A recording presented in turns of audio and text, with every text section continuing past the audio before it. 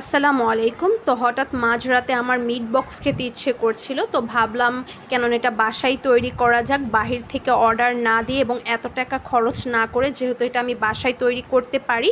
আর আমি এটা নিয়ে দ্বিতীয়বার তৈরি করব। ফার্স্ট টাইম আমি যখন তৈরি করেছিলাম অনেক বেশি মজা হয়েছিল, তো ভাবলাম এইবার রেসিপিটা আপনাদের সাথে শেয়ার করি।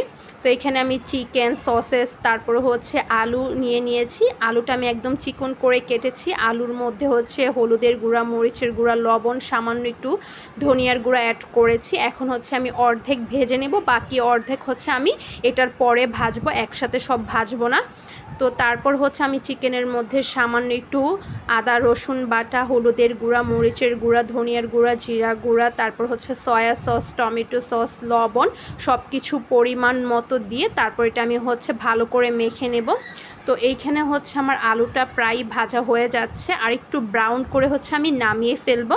আর এইখানে আমি চিকেনটা ভালো করে মেখে নেব মশলাগুলোর সাথে। তারপর কিছুক্ষণ রেখে দিব, যতক্ষণ আমার আলুটা ভাজা না হয়। তো এইখানে ফার্স্টে যেগুলো আমি ভেজেছিলাম আলু, ওইগুলো আমি আবারও দিয়ে দিব। এতে করে আলুটা অনেকক্ষণ যাবৎ ক্রিস্পি থাকে আর খেতে কিন্তু অনেক বেশি মজা লাগে। তো এই আলুগুলো ভাজা হয়ে গেলে তারপর আমি সসেসটা ভেজে নিব। আর আমার কাছে কিন্তু সসেসটা অনেক বেশি মজা লাগে।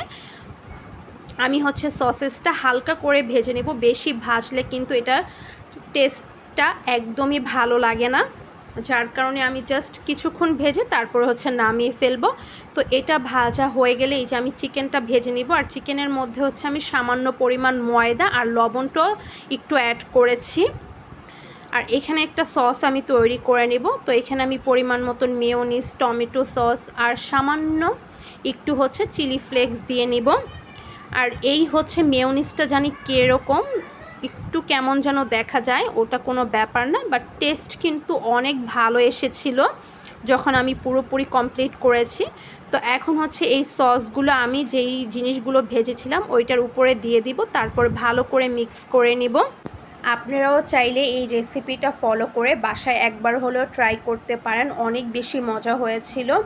বাহির থেকে না এনে যদি বাসায় এত মজা করে তৈরি করা যায়, তাহলে আমি মনে করি বাসায় তৈরি করে খাওয়াই ভালো।